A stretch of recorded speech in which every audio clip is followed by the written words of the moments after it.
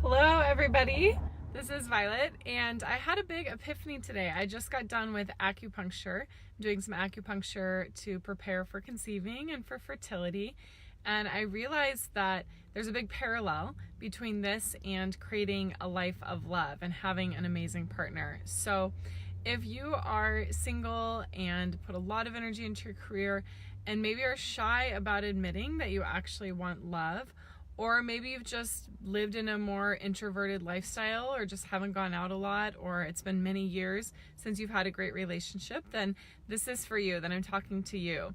So what happens sometimes is we forget what we want. We get out of touch with our desire, and then we become afraid to try, like afraid to go on the journey, maybe because we've been hurt in the past, or maybe because we've, been single so long that we're not even sure what to do to have our hopes back.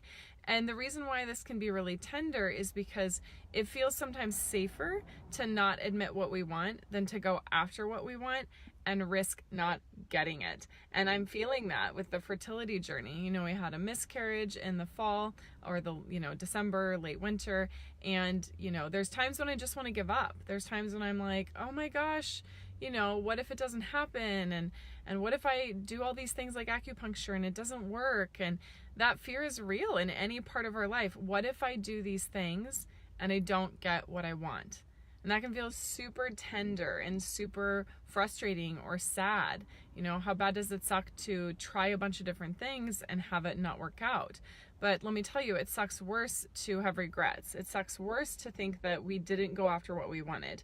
There's always this point in a journey that I mentor women on in love where, they're scared. They're scared to actually do the things. They're scared to get the support and get the help and get the tools and get the system. And then there's a time where there's some resistance. But then the resistance starts to melt and they start to implement the tools and the practices and they start flying when it comes to love. They start enjoying dating and having higher and higher quality men reach out to them online and in person. They start feeling in their feminine power. They start feeling more confident, more radiant.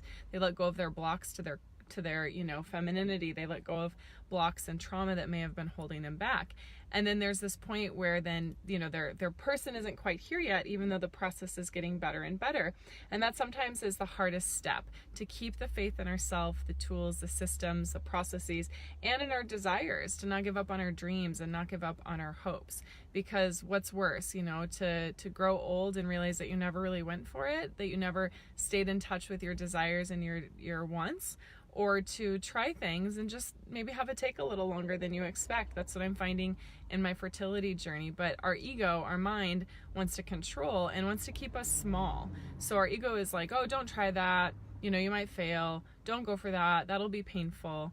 You need to just put your ego in the back seat and recognize that it's okay for you to have your desires, and it's okay for you to tend that garden, to literally conceive of the idea, conceive of the visual, conceive of the image and what it'll feel like to be in an amazing partnership. So don't rush the conception journey when it comes to love. Allow yourself to, figuratively plant those seeds of what you want in partnership, and don't give up on your dreams.